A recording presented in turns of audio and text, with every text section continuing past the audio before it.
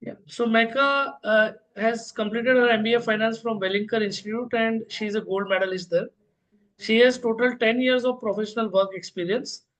Some accolades won by her are Bharat Fintech Woman Fintech Leader of the Year 24, uh, BMA Young Manager Award, Top 15 Infocom Future Leaders, and Light of Podar and Principal Specialist Award in the past. So she's a fund manager and very integral part of the investment team of IIFL. So I welcome all of you uh, to this session where we'll try and understand how this fund works. So, as all of you are knowing that this is one fund which is uh, uh, predominantly will be investing into space which is a unlisted space. So, like in mutual fund or like in PMS or AIF category 3, most of our investment portfolio consists of stocks or companies which are listed on either NSE or BSE. So compared to that, this stock is a particular fund will be investing in companies which are not listed in any of these stock exchanges. So primarily earlier in the past in India, we did not have ecosystem, a very efficient ecosystem for capital markets or capital generation for entrepreneurs, and except listing there was no other way by which an entrepreneur or a company owner was able to rope in capital. But in last 10-15 years a lot has changed, and right from small companies which are capable of generating angel investors, investment from angel investors, to the venture capitalist, to the private equity, to the pre-IPO and then IPO market, the entire ecosystem has very efficiently been working.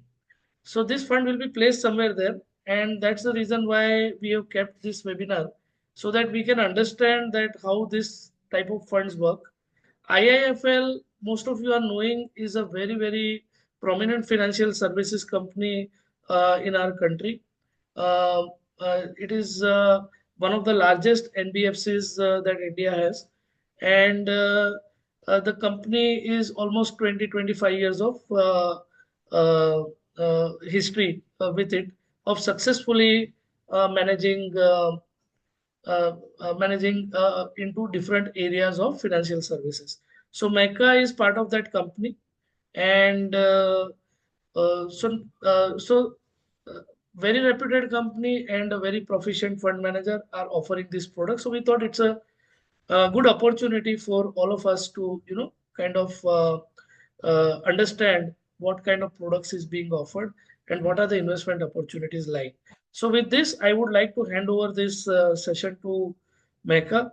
Mecca, we'll keep it in slightly point to point. So I'll ask a few questions and then we can go ahead with that. I'll unmute you.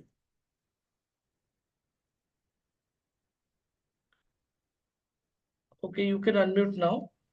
Yeah, and you can actually make me the host, then this issue will not come. So right now I'm a participant, I'll be able to share also. But yeah, anyone can, you're sharing the screen or I should share the screen? I'm sharing the screen. Yeah.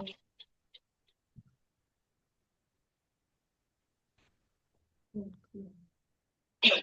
Okay, till the screen gets shared, a very warm welcome to all of you all in our today's session. And before we get into what IIFL Fintech Fund is all about, let me first give you a backdrop on why and how this fund was started, and basically a genesis of this fund. IIFL, like you know, is a financial services conglomerate, and ever since we started as a group, we've been working with a lot of partners who have been a part of our digital transformation journey. Now, IIFL, like you know, comprises of IIFL Finance, IIFL Securities, and Five Pesa. All of these three are our group entities. If you can just make the full screen, that would be helpful. You just have to do Control L there.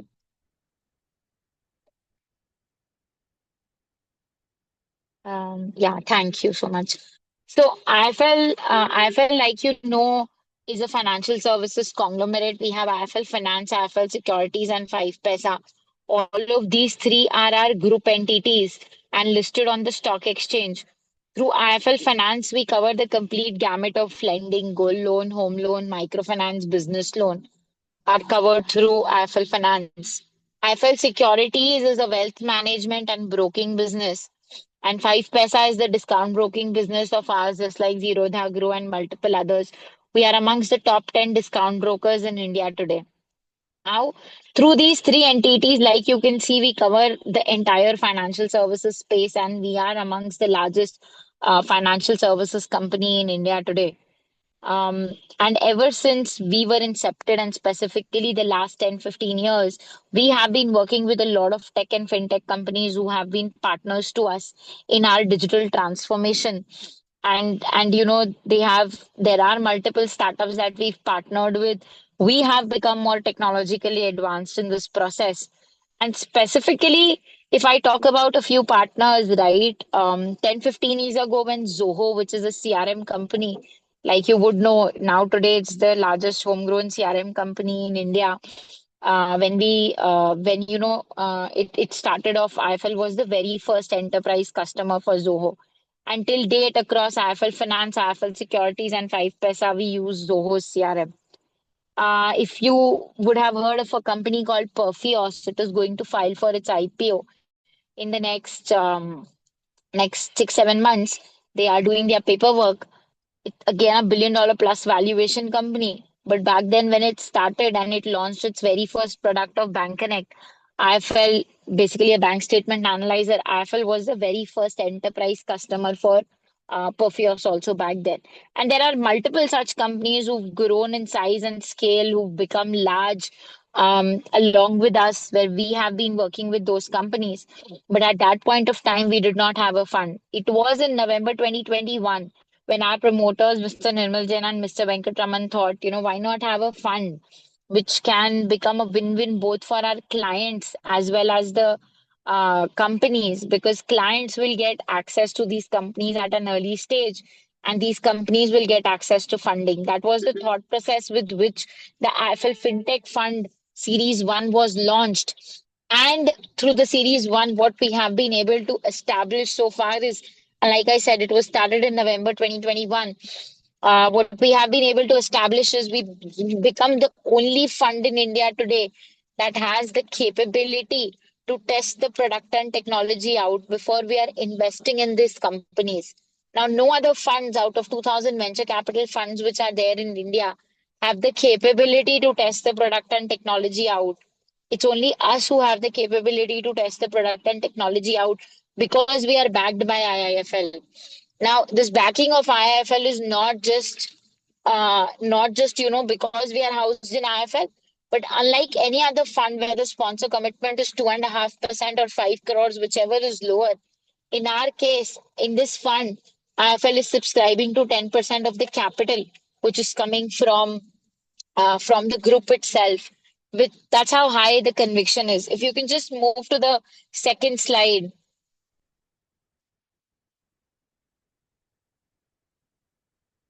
Okay. Now, like I said, this is our flagship fund. This is a product where we have a highest conviction, which is why IIFL is investing 10% of this fund. Most of the companies that we're investing in this fund are companies that we're working with, and that's what our strategy is. What we do in this fund is we look at all the companies that IIFL across these three entities are working with.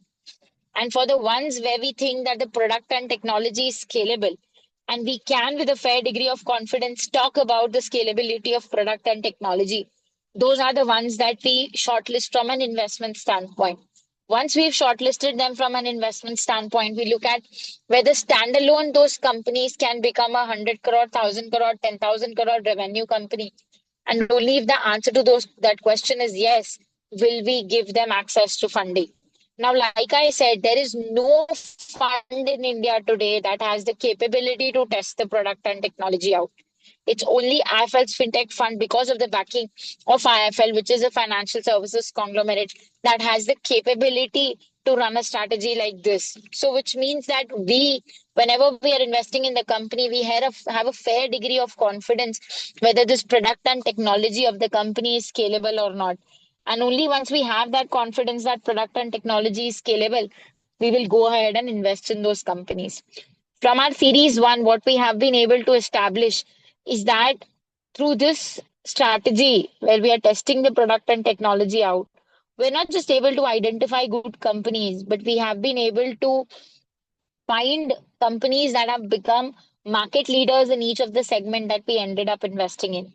In our fund one, we invested in 13 companies, like you can see on the screen. Of these 13 companies, of these 13 companies, 8 companies have already gone for a follow-on round of funding. And these follow-on round of funding has come from very large investors like Axis, A91, SGFC, Flipkart, Nexus, Westbridge. All of the large private equity funds have supported these companies that we supported at an early stage. So that's 8 out of 13 companies. Today, 40% of our portfolio is EBITDA positive. So even if you take any late stage fund that you might have seen, you would not see as much of an EBITDA positive portfolio. But in our case, 40% portfolio is EBITDA positive. Overall, the portfolio has delivered a 22.5x revenue growth in the average holding span of about 2 years. We've made one exit. We've returned 5% capital back to our investor. This exit has generated an 80% return. We have a 0% write-off for debt pool that we've reported in the fund so far. And like you would note, 20 to 30% of startups fail every year. That's how high the mortality rate is. But in our case, the reason why we have a 0% write-off for debt pool is because we know and we have a fair degree of confidence on the technology. And think about it, right? If a company is able to deploy its technology and product for an entity as large as ours or for our distribution reach at IFL, then there is no reason why they will not be able to deploy it for other financial services institution that they get entry into because they're working with us. Now, giving you a few examples, and I'll walk you through all the 13 companies that we invested in. Like I said, all of our companies have grown 3 to 4x higher than what the industry or segment has grown at. Just to give you all some sense here, right? Legality, like you can see here, was the very first company that we invested from Fund 1. When we invested in this company, it was a mere 3 crore revenue company. Last year, it closed at 76 crores. This year, they will do 100 crores. EBITDA ground ever since we have invested in them. Today, they've become the largest document signing infrastructure company in India. More than 4,000 financial services institutions use them from a document signing standpoint. Then we have a company called FinView. It's an account aggregator. 2 years ago, RBI came out with account aggregator licenses. And when they released the account aggregator licenses, the thought process was just like you allow transfer of money from one person to another while using a UPI handle. Similarly, account aggregators will allow you to transfer data from one financial services entity to another financial services entity just merely by a click of a button, which is your mobile number and an OTP. So just like you create a handle, you create an account aggregator handle, you give your mobile number OTP, and any form of financial data can be transferred to other financial services institution. Erstwhile, if you were to take a bank loan, what would you do? You would download ITR, you will download bank statements, you will download ITR, take a printout, submit it to the bank. That is not needed anymore. All you need to do now when you want to submit this data is give a mobile number and an OTP consent, and the data will be transferred. FinView today has a 48% market share in the account aggregator space. When we invested in them, they were a 12 lakh revenue company. Last year, they closed at 12 crores. This year, they will do 20 crores. EBITDA positive. However, Westbridge is investing 100 crores in them at 2.5x the valuation at which we had entered. Finbox, that has emerged as the fastest growing embedded finance platform in India today. Some of their products are competitor to what Perfios also does, but they are growing fast. When we invested in them, they were a 3 crore revenue company. Last year, it closed at 48 crores. This year, they will do 100 crores. They're doubling their revenue every year. Trendline has become the most used analytics platform in India today. There is no broker that doesn't use Trendline. Even money control pages from a SWOT and DVM analysis standpoint are powered by Trendline. They're the only one in this segment that have scaled to a 20 crore revenue, again, an EBITDA positive company, expanding to the US. The competitor is not even one third the size, right? So that's how, each of our companies that we invested in have become market leaders. Next slide. Now coming to how our fund is differentiated, and I've spoken about it when I was giving you the intro. But we are the only fund in India today that can test the product technology out and say with confidence that this product and technology is scalable. And this also leads to a deal flow access for us, which is very, very proprietary in nature. 90% of the transactions that we did in Fund One were in companies which were not actively looking to raise funds at the time we were looking at fundraising, but they raised capital from IIFL because of the advantage that they get. What is the advantage? They get a lot of inputs from business technology from a go-to-market standpoint. They get a lot of information on how they can build business. They get access to our leadership team. They get mentorship. They get references to other financial services institutions which help them grow. So, so it's not just capital. It's a lot more than capital, which is why they are willing to take money from IIFL. And from our Fund One, we've already established a strong track record of picking up winners, which has resulted in the performance that we have today. We have a 0% write-off for debt pool. 40% of our portfolio is EBITDA positive. We've delivered a 22.5x revenue growth overall in the portfolio in this average holding span of 2.5 years. And like I said, we are seeded by strong anchors. Both IIFL Finance and Securities are anchors and sponsors to the fund. And unlike any other fund where sponsor commitment is 2.5% or 5 crores, IIFL is putting 10% of the capital in its fund, in this fund, to ensure that there's enough and more skin in the game. Can you move to the next slide? Now, like I said, our series two is basically a combination of what we've achieved so far. So we are going to follow a similar strategy in series two after having successfully done series one. We're now doing the series two. In series two, we will look at those companies that partner with IFL ecosystem where we can generate the multiplier mode, where the companies can become a market leader. In this fund, we are looking at a 10 to 15% allocation to be done towards generative AI companies. Again, those generative AI companies that will have use cases in the financial services domain. Unlike any other, fund where you don't have the capability to test the product and technology, in generative AI also we will first test these models out to understand whether these generative AI companies are able to give us an 85-90% efficiency rate or not. And only once they are able to give me an 85-90% efficiency rate will those companies be successful. Now, what happens? Most of the financial services institution today have a machine learning model, but that machine learning model necessarily doesn't give them a very high efficiency rate. The efficiency rate being delivered by machine learning model today are anywhere in the range of 65 to 70%. Now, why would these companies want to migrate to generative AI? They would want to migrate to generative AI because of the efficiency rate that generative AI can give. Generative AI should be able to give an 85-90% efficiency rate. Only then will it make sense for financial services institutions to migrate to these new age companies. And that's the capability that we have. We will be able to test it out and say with confidence that these generative AI companies are giving us those efficiency rates and giving us a human like experience. And only then we will go ahead and invest in them. Lastly, we are also keeping aside 20 to 25% allocation towards winners of series one. And when I walk you through portfolio, you will see we've clear winners which have emerged from series one.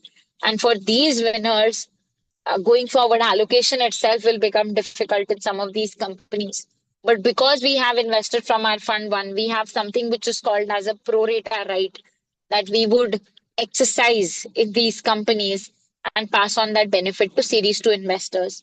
We have guardrails in place. Essentially, we will only do and exercise our pro rata in those companies where there is a next follow-on round of funding which is happening. There's an external investor which is coming in, investing the company, valuing the company, and we still think that there's a 3 to 4x growth possible here. Only those companies is where we will use our pro rata right. Next slide. So from our fund two, we are looking to raise about 500 crores, make 25, 30 odd investments. It's going to be a 7-year fund. Unlike all other category 2 AIFs, like I said, 20 to 25% allocation towards winners of Fund 1. Focus will be on picking up winners across the fintech and generative AI domain. Create a mix of assets. We do not do idea stages. We do not do companies where there is no strong differentiation from a technology front, and we do not take high exposure to limited number of assets. It's we kind of we've created a well diversified portfolio in series 1. That's what we will do in series 2 as well. We do not take any idea company. If some founder is there and he's just coming up with an idea, for us, the technology has to be established and we should be able to test the product and technology out. That is very, very important for us. Only once we are able to test the product and technology out will we, invest in these companies. Moving to the next slide, which talks about our series one as a performance. Next slide.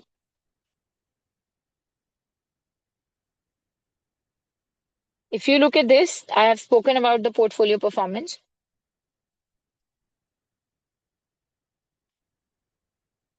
In terms of impact created, sorry, can we stop the annotation for everyone? If you see on the screen, there is annotation which is coming in. You might have to close and reshare the screen and stop annotation.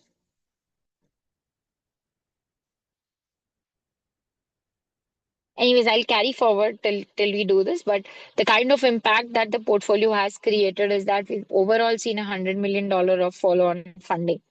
We have seen the portfolio grow at 22.5x in this average holding span of 2.5 years. And we have, created the portfolio across has created 500 plus jobs uh, in this time frame. Now, next slide essentially talks about, if you can go to the next slide essentially talks about all the 13 companies that we have in our portfolio. We've plotted them and we've already made one exit in the fund. And that 5% capital we've returned, that company is also here in the upcoming slide. But all 13 companies we've plotted. If you look at the last column, you will see that almost all our companies have grown 2 to 3x higher than what the industry or segment has grown at. In the third column, we've also plotted what is the kind of revenue growth that each of these companies have delivered ever since we've invested in them. And you can see, like I spoke, Legality was 3 crore last year, 76 crores. This year they'll do 100 crores EBITDA positive cash flow generating. Trendline was a Mecca, 3 crore I revenue company. Mecca, I request you if you can just take example of legality and explain Yeah. this particular slide in more detail. Sure. So what we're trying to tell in this slide is Legality is a document infrastructure signing company.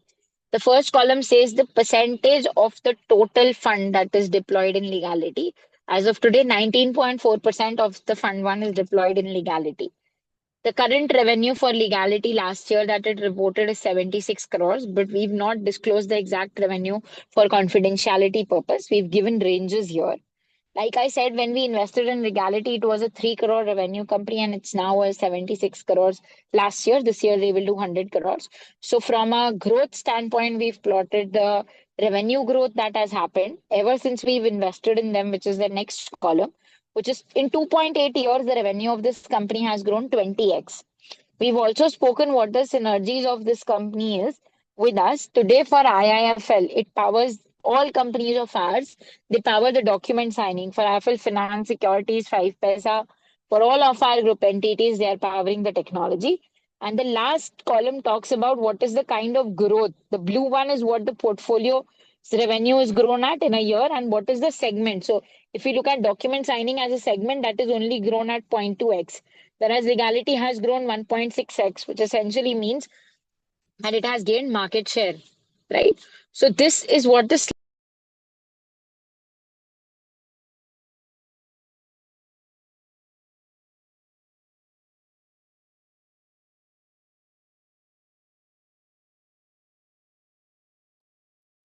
Yeah, I got on mute.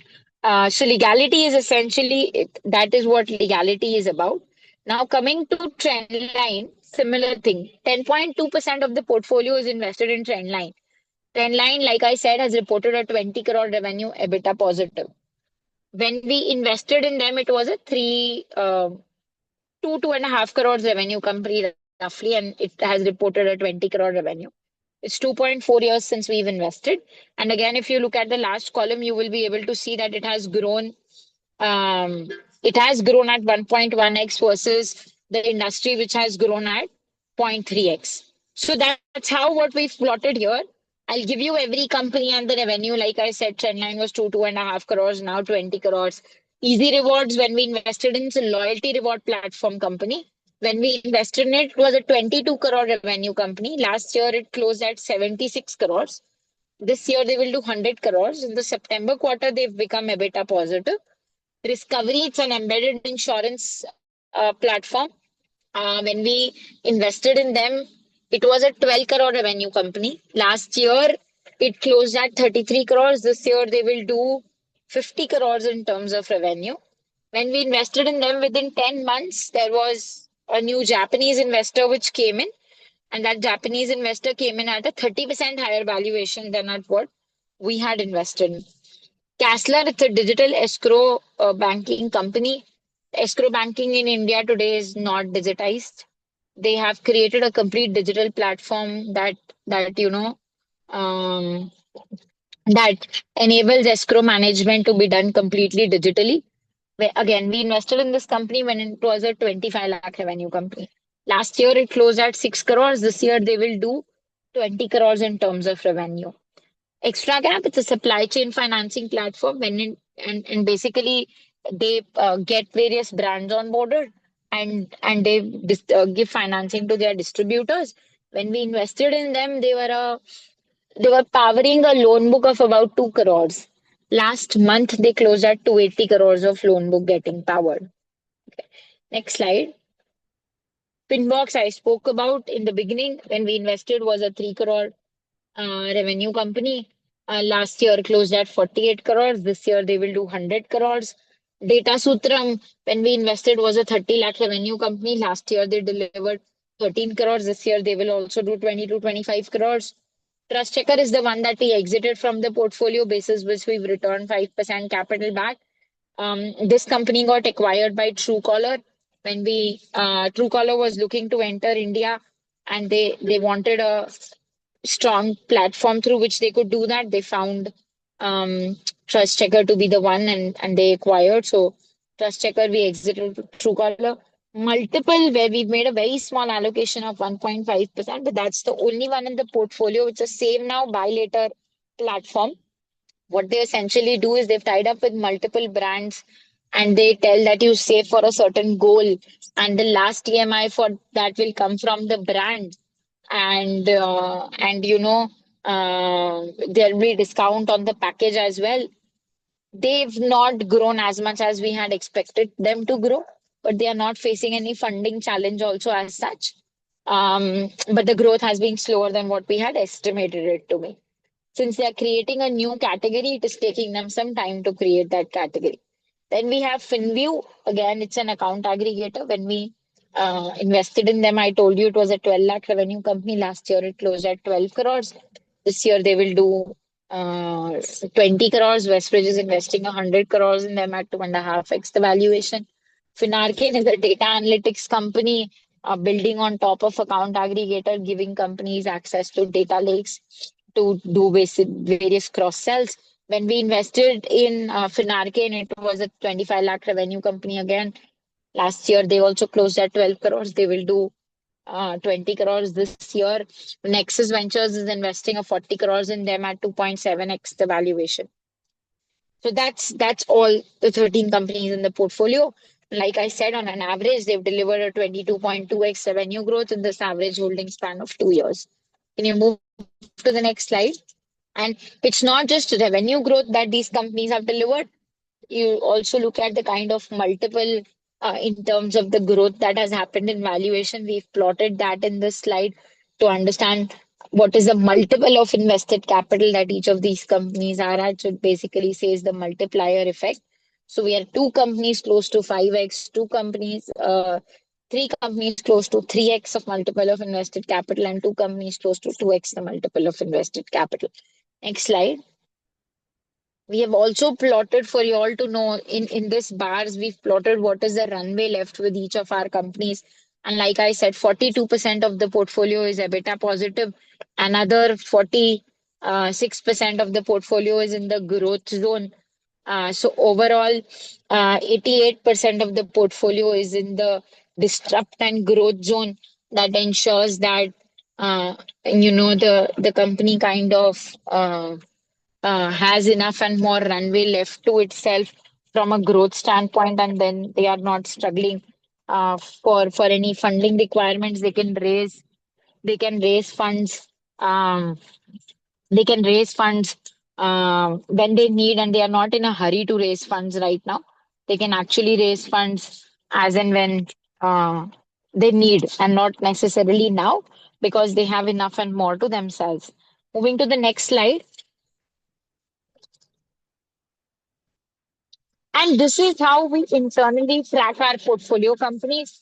We come in at a tech deployment stage and we track these companies towards a revenue acceleration stage.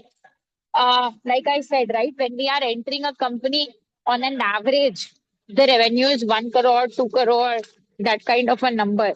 And we track these companies towards a revenue acceleration stage, which is a 100 crore annual revenue run rate, because that's the goalpost for us. We think at that goalpost, the companies become stable and can grow.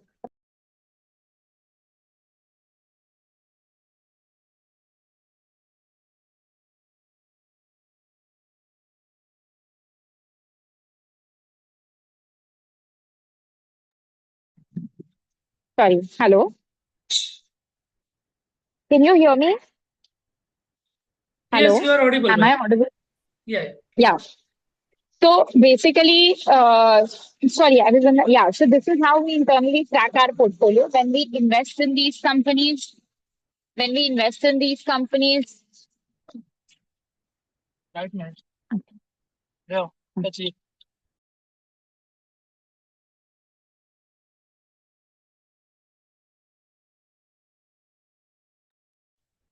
Hello. When we invest in these companies, we come in at a tech deployment stage. 25 lakh, 30 lakh revenue, 1 crore, 2 crore revenue. But we track these companies towards a 100 crore annual revenue run rate. 100 crore annual revenue run rate is a goalpost for us, because after that, a company would become scalable because their product market fit has got established. They can actually grow and scale. That is not a worry, but the maximum growth would have happened. So today, 50% of our portfolio has already reached a revenue acceleration stage in this mere holding span of about 2.5 years. Like you would know, we do not take whatever you commit, we do not take the complete capital together. The capital gets drawn down over 2 years. Every quarter, 10 to 15% is what we draw down. So the average holding in the portfolio, the person's invested capital is roughly 2.5 years. And in 2.5 years, 50% of our portfolio is already closer to a 100 crore annual revenue run rate mark. Next slide. And this is what the performance of Fund 1 stands at. We are at a 64% per annum return that we have generated. A 1 crore invested right now is sitting at a 2.4 crores, and a 5 crore invested right now is sitting at a 12 crores. So in this mere holding span of 2.5 years, we are at a 2.4x invested capital that we are sitting at. This is what we call as multiple of invested capital. And in terms of the return which is there, we are at a 64% return. Can you go to the next slide?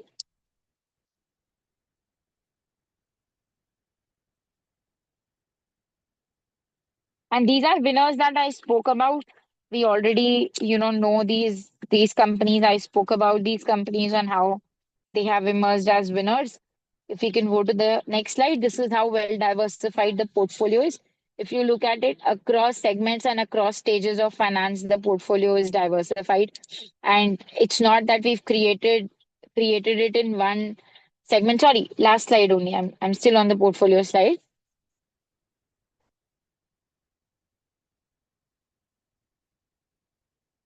Okay. Yes, so this is how well diversified the portfolio is. If you look at it across segments and across stages of finances where we have invested, it's not a single stage or single series, it's a diversified portfolio. Now we can go ahead. But before that, I want to take, is Mecca, there any more just questions? Yeah. yeah. So Mecca, I want to brief you a little more because all of us, or rather most of us, are not exposed much to the unlisted space. So now, Okay. when you are saying pre-series A, or when you are saying seed, or when you are saying series A and beyond, what is the Hmm. difference Hmm. actually you are trying to draw Okay. here? So yeah, absolutely. So when we say pre-series A, these are companies which are at a very early stage. When I invested in a company which is 25 lakh, 30 lakh revenue company, those will be pre-series A. Why? Because they are not they've not grown as much. Then you move ahead, you come to a seed stage. Seed essentially is, where where basically you have grown to a certain level, 1 crore or some number. And then series A is beyond. Series A and beyond is when the companies would have scaled to about a 10 crore, 12 crore revenue number, right? That's essentially how these nomenclatures are. Having said that, in a simplistic mindset, because different company can name their stages differently, and it doesn't matter because some people tell the very first round as seed stage. That's okay, the nomenclature doesn't matter, but the stages matter. So the way you have to look at it is, there is a inception or an idea stage where the business is just getting set up. There's no technology established, nothing. That's an idea stage. Okay. Now, we don't come at idea stages, like I said. The next stage is where the technology is established, something what we call as MVP is established. And from there on, the company will start booking revenue. That comes at probably a pre-series A, because your revenue has, kind of started coming in. And then you will look for scale up capital, probably a 1 CR, 2 CR kind of a revenue number. And then you will do, when the company reaches like a 1 crore, or let's say uh, 5 crore revenue number, it will call it as Series A. But these nomenclatures are not as important. Map them as the growth of the company. So, idea stage, technology deployment stage, scale up stage, growth stage, and then maturity stage. That's how you have to look at it. Is this clear? Yeah, yes, yes, ma'am. Just Yes. listen. So this is what it is. What we're trying to say is, it's not a single stage that we've taken a higher exposure to. It's across stages that we've taken the exposure to. Now coming to, before I go to the next slide, if there's any question, I'm happy to take that. But otherwise, one thing that I would like to say is, the reason why we are doing fintech. And before actually going to the slides, because a lot of investors ask me this question, that why fintech? Why are we investing in fintech? And why should we take an exposure to fintech? So just to let you all know, fintech is the only segment in India today which is expected to grow 11x versus Indian online retail and Indian consumer tech, which is expected to grow 5.8x and 3x respectively. Fintech is the only segment which is expected to grow 11x over the next 5 years. And the reason why it is expected to grow 11x is because of the focus of the government, all the technological initiatives that the government is taking, from whether it's UPI, whether it is Bharat Bill Payment Services, Aadhaar enabled payment services, Digi Locker, eKYC, account aggregators now, whatever the government is doing, is around financial technology. And hence, fintech is where the maximum growth is expected. Okay. Any questions? Any questions so far? Because I have covered most of the things related to the fund now. Mecca, I think we'll complete the entire PPT and then we'll open it for the Q&A. Sure. And then you go to the next slide? The screen is not moving. Yes. So, like you can see, this I spoke about. We are the only fund in India today out of 2,000 venture capital funds in India that is backed by a financial services conglomerate and and have a focus towards fintech. Moving to the next slide, India is amongst the top three globally in terms of fintech strength and funding, which is why fintech is the segment to be in. And India is flourishing in that segment. Next slide. And the data point that I was mentioning. Indian fintech is the only segment which is expected to grow 11x versus Indian online retail and Indian consumer tech, which are expected to grow 3x and 5.8x respectively. Moving to the next slide is the reason why this will happen is because of the underpenetration in the financial services industry. Whether you talk about credit, whether we talk about the mutual fund, whether we talk about insurance, or whether we talk about neobanking users, the gap between us and globally is anywhere in the range of 3 to 5x.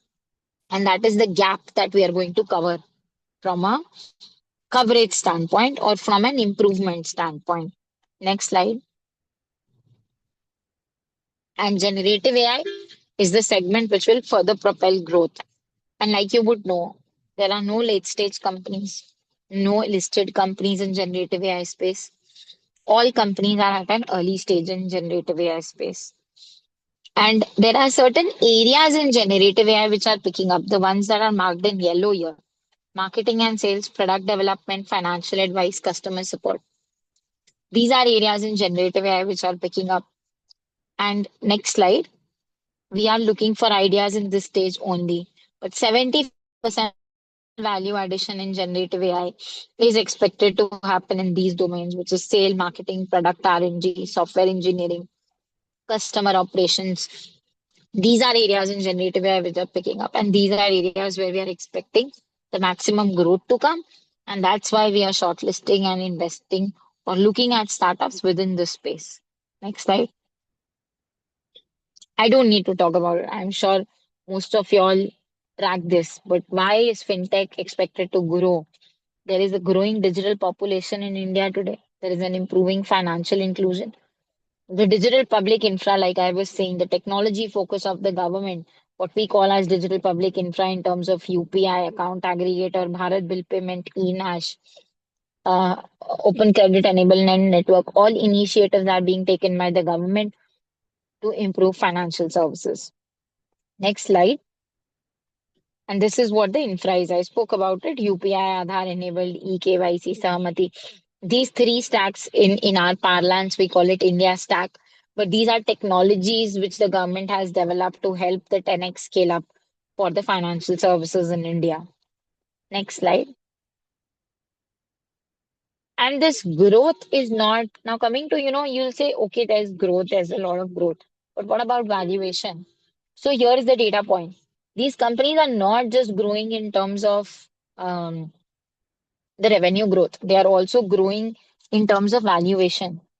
Now we have seen, if you look at this chart, right? So you see the Sunicorns, which are $500,000 to $1 billion company. They've increased from 5 to 19. If you look at Minicorns, which is $1 to $100 million, they've grown from 200 to 692. If I look at Unicorns, which is $1 billion plus company, they've grown from 7 to 23. So continuously, the companies are migrating up in terms of valuation as well. And not just that, for a fund like us, if you go to the next slide, you will see. Next slide, please. For a fund like us, which comes in at a tech deployment stage, we have exit opportunities available from an acquisition standpoint also. All large fintechs are trying to acquire smaller fintechs to in or enhance the product and the technology offering that they have. And that is what is an accelerated deal making, which is happening. which gives an additional exit opportunity to a fund that is investing in the stage at which we are investing. Next. Okay, now the rest of it is what I have already spoken about. I will quickly walk you all through the slide. But we've created an entire ecosystem from a sourcing standpoint. IFL, the ecosystem, advisor mentor ecosystem, accelerators, incubators. These are idea stage funds, investors, angel network, banker network, and analytics. However, next slide, 90% of the transactions that we've done in Fund 1 were transactions which were unique to IFL because they have come from our ecosystem only. And our criteria for selecting these startups are very, very stringent. Over the last 2.5 years, we've spoken to 1,000 plus startups, but we've invested only in 13 startups. Next slide. And we have a very stringent process, so only 1% of the transactions finally go through. If you look at it from 1,000 plus to only 13, we've shown the stages at which these companies got, declined, and we did not further invest in them. There are only 13 companies that we finally invested in. So 1% of the deals actually reached through from a investment stage standpoint. This is a typical investment process. This is followed by all funds in India today. This is not unique to us. Sorry. Deal sourcing, screening, due diligence, due execution and finalization, and then monitoring and exit. This is what every fund does in terms of the life cycle or the investment process. Next slide. But what is unique to us is the value add that we do. And what is our value add? We help company with strategizing, helping them with product development, their go-to market, helping them enhance their distribution reach, giving them mentoring access and financial discipline is what we inculcate in the company. All the companies that we invest in, we have a board seat. We have affirmative vote matter right or a consent that these companies have to take from us when they are taking any important decision. Next slide. We've plotted what is the kind of synergies that we have done or what is our contribution to each of the companies currently in our portfolio and our engagement with them. Next slide. Now coming to the team that finally, this is our committee which finally takes or guides us from an investment call standpoint. Mr. Nirmal Jain and Mr. Venkat Raman, who are founders of IIFL. We have Mr. Abhishek Goyal, who's the co-founder of Traction Technologies. It's a listed company. He's been investing in the ecosystem for last 10-15 years. We have Mr. Apurva Chamaria. He's the head of part investments at Google India. We have Mr. Gaurav Sharma, who's our CTO more from a technology standpoint. We have Mr. Krishna Iyer, who's an alum of IMA, worked with WNS Global and Cognizant in the past, has been investing in the startup ecosystem for the last 10 years. Next slide. And that's so I manage the fund along with Ujjwal, which will comes with more of a listed experience. And then I have a 3-member investment and analyst team. Moving to the next slide. And this is the fee structure. Just to highlight a few things here, we are the lowest in the industry today. Our management fees is 1.75% per annum versus all other funds which are at 2%. Our performance fees is 15% versus all other funds which is at 20%. And the promised hurdle rate that we have is 12% versus all other funds which are at 10%. And like I said, the commitment period is 24 months. So basically, whatever commitment that you will give, we do not take the complete capital together. We are just drawing down 15% right now. The rest of it will be drawn down over 2 years. 10 to 15% every quarter is what we draw down. So that's in nutshell. Now I am happy to take any questions that you might have.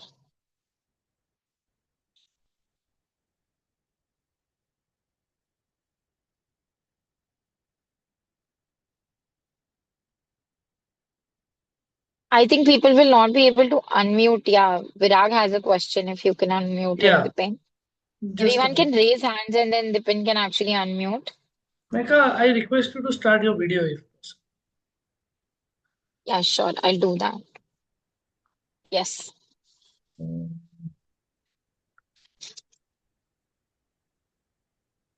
Virag, yeah, Virag. Virag, you can unmute yourself now. Yeah, thank you, Dipen. Yeah, thank you, Mehekka, for the presentation. I think yes, I think I learned quite a bit. One question, actually two questions. One is on the NAV performance, uh, NAV performance slide that you had. There was a Yeah, metric yeah, like TVPI, I think like total value, correct. kind of the Total current value to paid in capital. paid Yeah, in capital. So is that the main metric? So if I want to understand the performance of like because this is like fund for last 2 years, if I yeah. want to understand, in the most layman terms, is that the metric that I can use, like The the current most value? important, Uh-huh. the most important matrix is multiple of invested capital, Oh, MOIC, okay, because that MOS. tells you that whatever you've invested, what is the absolute quantum that you are sitting on, right? Because that's what you want to assess when you are assessing a fund's performance. So suppose you are right now someone who invested 1 crores in the fund is right now sitting at a 2.4 crores. So that's a multiple of invested capital. Now, basis that we calculate the IRR, and basically the IRR is 64% per annum.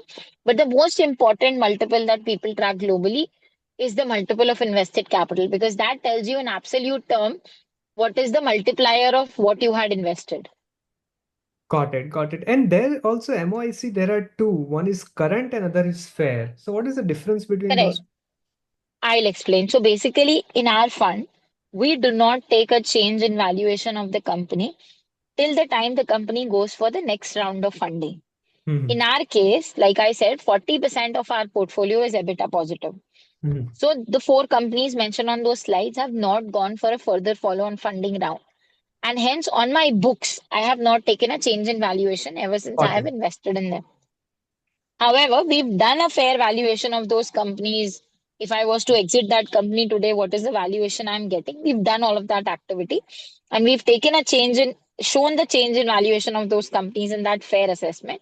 And this has gone to all our existing investors also to tell them that what is the actual value of these companies. Got it. Makes sense. I think that is fair. Like it's a better to take the fair column out of the two, the Correct, current and the fair. correct, Okay. Okay. correct, And then the MOIC does consider both like realized, I mean, where you had an exit and the unrealized everything, right? Like the total correct, valuation of correct. all the companies in Total your value. basket. It takes the Okay. total value. Yes. Okay. And then what is the difference between the TVPI and the MOIC? So total value to paid in capital essentially is the total value that I stand at, excluding what I have paid off, right? Because Okay. that's distributed. It's a Got it. total value divided by the total paid in capital. And in TVPI, right now, we've not taken into consideration the change in valuation of these four companies. Got it. Makes sense. Makes sense. All right. Yeah. Thanks a lot. And just last question: is there a way like the exit is only usually in terms of acquisition or a IPO, or is there like a secondary market where you can sell Three, it? there is secondary value, market value. Also, there are three possible exit scenarios or three strategies we have from an exit standpoint. One is an IPO. So in our fund one, we have two companies that will clearly grow for an IPO. So we will wait for those companies from an IPO standpoint, which is 1.5, 2 years down the line. Then there is a acquisition possibility, like I said. And the Mhm. third is our secondary sale to private equity investors because we are coming in at an early stage. Now, Got it. like I said, 8 out of our 13 companies have private equity investors that have already invested. So after one, two, or three more rounds, depending upon when we think that we are getting the right value, we would make our secondary sale to these private equity investors and exit. Got it. Makes sense. All right. Yeah. Thanks a lot. Appreciate it. Thank you, thank Thank you. you, thank you, Virag. So, in line with Virag's question, Mecca, let's say uh, uh, there is a residual risk that despite all the efforts, none of this thing works out. Like, let's say neither IPO works out, nor acquisition works out, nor secondary deal works out. What will you do in such kind of cases? So, see, on paper, I have a right which is called as a drag along right. Okay. So let's say if the company doesn't perform, if things don't go as per plan, if the company is not doing well, I have the right to drag the founders to sell the technology of the company. Now, because we have tested the product and technology out, we know whether that technology is saleable or not. And obviously, technology is saleable. Worst case scenario, we should be able to sell the technology out. Having said that, in my fund one, I don't have a single instance of a situation like this. And in the history of private equity investing in India, no one has ever executed a drag along right. Because if the company is not doing well, founders themselves are aligned towards selling the technology, right? So that is how you kind of capture that kind of a situation if it comes. Wonderful. I think we have one more question from Xiomi. I've asked to unmute. Can you unmute? Unmute. Somebody raise the hand in between.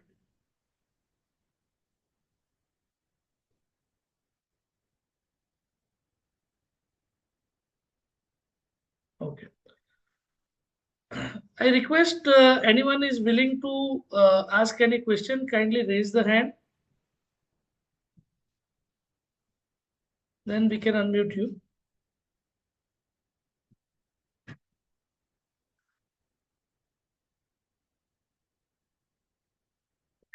Uh, so, Mehekka, one question that I have is what kind of ballpark number that you are expecting when an investor will exit this fund, with what return he will go?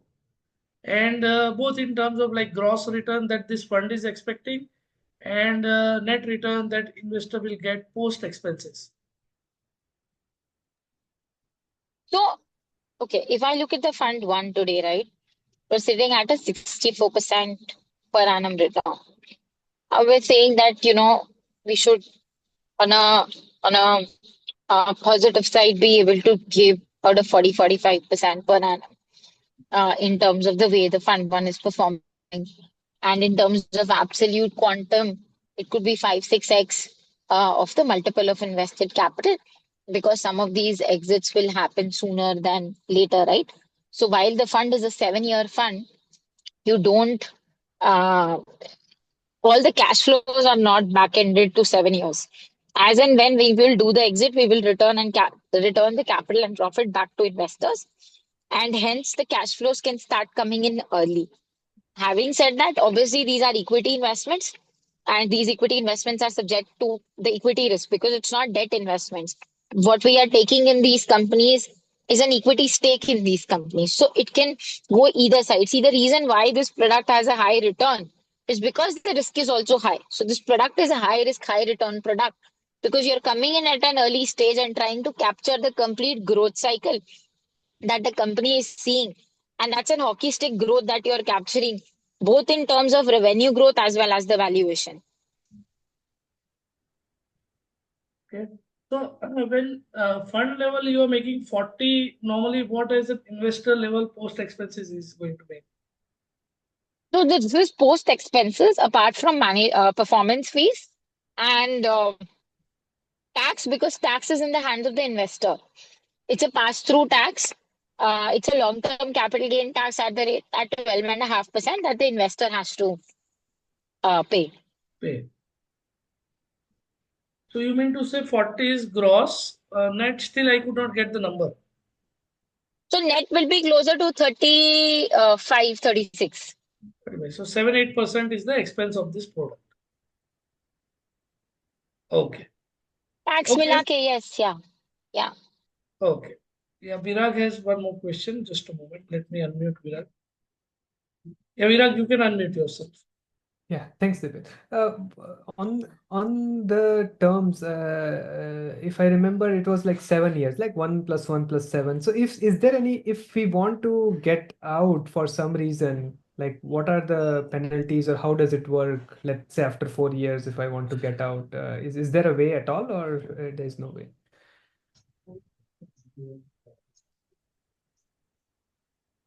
I think you're on mute. Yeah, let me unmute Mehekka.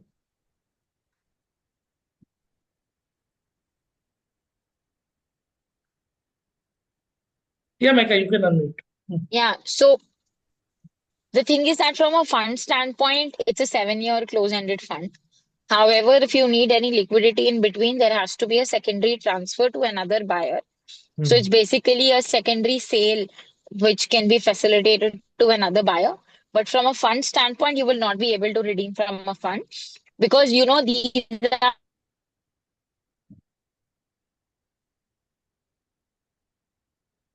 I think we lost her.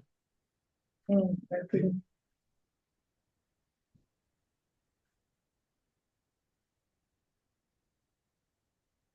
Yeah, it's okay, Dipen. I mean, it's not urgent. I can follow up with you later. Okay. Okay. So, friends, I think since I'm not finding any more questions, let me conclude this session by thanking all of you for your participation. Uh, According to us at Jupiter Wealth, uh, unlisted is one space which is emerging quite meaningfully in India, and as a vigilant investors, as a smart investors, we should start looking at this space very seriously. IIFL, I am thankful to Mecca and team of IIFL for bringing and explaining this opportunity to us. Just one more point which I forgot to, which I would like to mention about the fund is that this fund, this kind of funds rather, would not ask for the entire money. Yeah, Mecca, you can unmute yourself. So this kind of yeah. funds do not ask for entire money at one go. So though the product span or lifespan is 7 plus 1 plus 1. So when it says 7 plus 1 plus 1 means from the date of closure of this fund, first closure of this fund, 7 years the fund normally is locked in, and the fund manager, subject to approval from the majority of investor, can extend it for 1 year and then one more year. However, when you start investing or your investment journey starts, the initial commitment is only 15 lakhs. And then whenever the opportunity arises over the period of next 2 years, correct me, Mecca, if I'm wrong, over the period of next 2 years, every quarter or so, the fund manager will ask for the Right. tranche of a fund. And the Correct. same way, more and more maturity of that investment takes place in between. So let's say first 2 years you invested, and after 1 or 2 years, let's say first maturity has come. So you start getting back your funds also. So though overall lifespan of the fund is 7 years, actually the size of your or the total span of your investment or the duration of investment comes down meaningfully low. So that's one more point I wanted to say. With this, I think thank you, Mecca. Thank you for spending time. Thank It you. was a wonderful explanation. I think uh, every time I listen, I think I myself also, get some new insight from your side. So that was really wonderful. I am pretty sure every one of us has been benefited by this session. At Jupiter Wealth, we constantly strive that we bring this new and new products to you. So that was the effort. Just one moment, I think Shobhan has a question. but I cannot see what. Oh, Shobhan, yeah, Shobhan, yeah. he's there. So, you can unmute yourself and you can start your Arey, video so that I we can just, Dipen bhai, I just want to say thanks to you, Mehekka and Prasad. Mehekka, sorry to disturb you on your No. so busy schedule. Dipen bhai, looking forward to meet you after this call. Of course, Shobhan bhai. Thank you very much. Appointment આપી દેજો, Dipen bhai. Thank you, Shobhan bhai. Thank you very much. And a lot of thanks to Harsh also for making all the coordination and arranging everything. Thank you. Thank you, Thanks everyone. everybody. Thank you. Thank you and Thank have a you. Thanks wonderful Mehekka, day. thanks Prasad, thanks Dipen bhai. Thanks everybody. Thank you so much, sir. Yeah. Yeah.